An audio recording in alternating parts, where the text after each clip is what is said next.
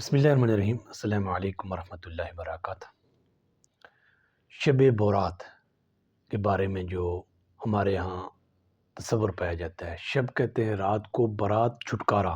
یعنی یہ ایسی رات ہے جس میں لوگ جہنم سے خلاصی پاتے ہیں۔ اور اس کے بارے میں احادیث میں جو بنی بکر اور بنی تغلب اور مختلف جو اس وقت بڑے بڑے قبیلے تھے، ان کی بکریوں کے بال کے برابر اتنے لوگوں کو جو ہے راہ ملتی ہے جہنم سے۔ لیکن یہ جو احادیث ہیں دونوں جو ہیں ان کے اندر ضعیف روایات ہیں، اور جو قرآن پاک میں حوالے سے بیان کرتے ہیں سورہ دخان میں جو ہے کہ یہ ایسی رات ہے جس میں قرآن اترا ہے، اور اس کو مختلف اہم کام جو ہیں سپرد کیے جاتے ہیں، یعنی فرشتوں کو۔ تو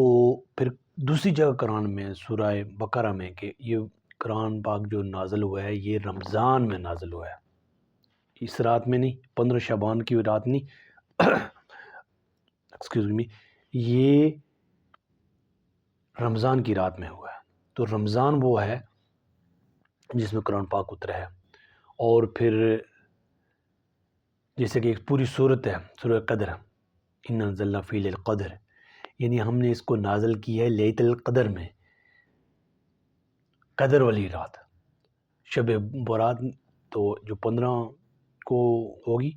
اور کیونکہ اسلامی کیلنڈر کے مطابق رات پہلے شروع ہوتی ہے جب مغرب شروع ہو جاتی ہے، اس کے بعد تو 15 شعبان کو جو رات بنتی ہے۔ تو نبی صلی اللہ علیہ وسلم نے یہ فرمایا کہ یہ جو صحابہ کرام رضی اللہ تعالیٰ اجمعین ہیں، ان سب کے بارے میں جب انہوں نے نبی صلی اللہ علیہ وسلم نے پہلے 10 دن اعتکاف کیا تو لیلۃ القدر نہیں پائی، پھر دوسرے، پھر 21ویں کو جب انہوں نے کہا تھا نبی صلی اللہ علیہ وسلم کہ جب مجھے، کیونکہ وہ بارش ہوتی تھی اور وہ کیچڑ کے جو اثرات تھے پیشانی پہ، تو نبی صلی اللہ علیہ وسلم کو 21ویں پہ نظر آئے، تو انہوں نے کہا یہ، وہ بھی صحابہ کرام کو صبح پتہ چلا۔ لیکن اگر کوئی یہ دعویٰ کرتا ہے کہ مجھے رات یہ اس طرح کی نشانی ہوتی ہیں تو یہ صحیح نہیں ہے، اور کسی کو جو ہے نا بہت پہنچا ہوا تصور کرنا۔ تو بنیادی بات یہ ہے کہ نبی صلی اللہ علیہ وسلم نے اور صحابہ کرام جیسا، اور صحابہ کرام سے جب یہ کہا گیا کہ کوئی قرآن پورا 8 قرآن پڑھ سکتا ہے، ایک قرآن، وہ تو ایک قرآن سے کہتے ہیں ہم عاجز ہیں۔ کوئی کہے کہ ہمارے لوگ جو ہے نا، ہمارے پہنچے ہوئے لوگ اتنے قرآن پڑھتے ہیں، تو ان چیزوں کو دیکھنا چاہیے کہ نبی صلی اللہ علیہ وسلم نے فرمایا کہ 3 دن سے پہلے جس نے قرآن ختم کیا تو وہ اس نے گویا کہ قرآن نہیں پڑھا۔ تو قرآن پڑھیں، سمجھیں، عمل کریں اور دوسروں تک پہنچائیں۔ ایک تو یہ ہے لیلۃ القدر جو ہے وہ رمضان کے طاق رات 21ویں، 23ویں، 25ویں، 27ویں، 29ویں اس میں پائی جائے گی۔ اور آپ عبادت کریں، اس میں تصور کریں کہ یہ دنیا ہے، عارضی ہے، اور میں کیا کر کے جاؤں، مجھے کیا کرنا چاہیے، میں کیا کر سکتا ہوں، تو اس بنیاد پہ کام کریں۔ ہر بندہ بہت کچھ کر کے جا سکتا ہے، اللہ تعالیٰ توفیق دے، وہ مہربان ذات ہے، ہم جیسے ہر بندے سے وہ کام لے سکتا ہے، اور وہی ذات ہے جو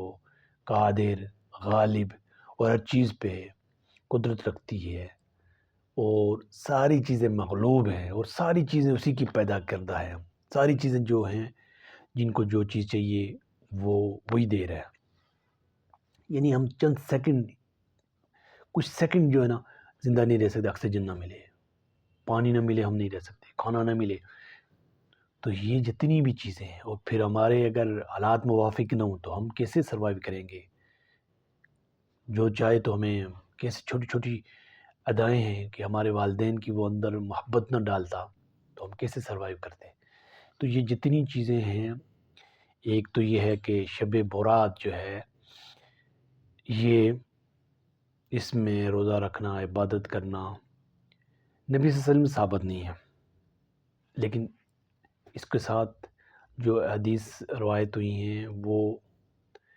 کمزور روایت ہیں، وہ صحیح حدیث نہیں ہے۔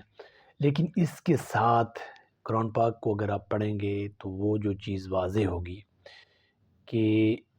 یہ جو رات ہے جس میں قرآن پاک اترا ہے وہ رمضان کی رات ہے، اور جو فیصلے ہوتے ہیں وہ اسی رات میں ہوتے ہیں۔ تو پھر جو ایم قوم یعنی جس کے بارے میں ہمارا یہ پایا جاتا ہے کہ اس رات یہ بڑے بڑے فیصلے ہوتے ہیں کہ رزق کو کتنا کسی کو دیا جائے گا، کون فوت ہوگا اور کس طریقے سے، تو یہ فرشتوں میں تقسیم کیا جاتا ہے۔ تو یہ 15 بلکہ یہ رمضان میں قرآن پاک اترا ہے، اور رمضان کی میں ہی جو قدر والی رات ہے، تو ہم اپنی انفرادی اجتماعی زندگی میں کس طریقے سے تقویٰ اور نبی صلی اللہ علیہ وسلم نے یہ کہا عشاء اور فجر جو اس نے جماعت کے ساتھ پڑھی، یعنی پوری رکعتیں پڑھی ہیں، تو وہ گویا کہ اس نے پوری رات قیام کیا ہے۔ تو اس طریقے سے ذکر، اذکار، نبی صلی اللہ علیہ وسلم ایک دفعہ گھر آئے تو ایک ان کی ام المومنین وہ مسلح پہ بیٹھی ہوئی یعنی تقریباً 3 گھنٹے، تو نبی صلی اللہ علیہ وسلم پوچھا اتنے ٹائم سے آپ بیٹھی ہیں؟ انہوں نے کہا میں نے چند الفاظ کہے ہیں جو ثواب مجھے ملا ہے وہ آپ کے بیٹھنے سے زیادہ ہے۔ تو ہم چیزیں سیکھیں، عمل کریں اور زندگی کو مشقت سے جینا سیکھیں، تکلیف کو برداشت کرنا سیکھیں،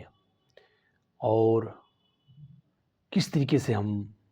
کام کر سکتے ہیں اچھے انداز سے کام کریں، اور جو پہلو ہیں غالب کہ ہمارے پاس جو علم ہے اللہ کی کتاب کو سب سے پہلے دیکھیں کہ کسی بھی مسئلے میں اس میں اللہ کی کتاب کیا ہے، پھر نبی صلی اللہ علیہ وسلم کی سنت تواتر سے صحابہ کرام رضی اللہ تعالیٰ عنہ مجمعین۔ تو اس طریقے سے اگر ہم دیکھیں گے تو معاملات ہم سمجھنے کی کوشش کریں گے، اور جو کہانیاں ہوتی ہیں، جو لوگوں کے افسانے ہوتے ہیں، سنی سنائی باتیں ہوتی ہیں، تو نبی صلی اللہ علیہ وسلم نے یہ کہا کہ آدمی کے لیے جھوٹا ہونے کے لیے اتنا ہی کافی ہے کہ وہ سنی سنائی باتوں کو آگے پہنچائے، جو بات پہنچتی ہے اسی کو کہتا ہے یہ صحیح ہے یا غلط ہے۔ ہمیں تحقیق کرنی چاہیے اور دیکھنا چاہیے کہ کیا صحیح ہے اور کیا غلط ہے، کہاں پہ ہم غلطی پہ کر رہے ہیں۔ تو ہر چیز غلط بھی نہیں ہو سکتی اور ہر چیز صحیح بھی نہیں ہو سکتی۔ اس طرح ہم علم نافع حاصل کریں، اور علم نافع اللہ کی کتاب ہے،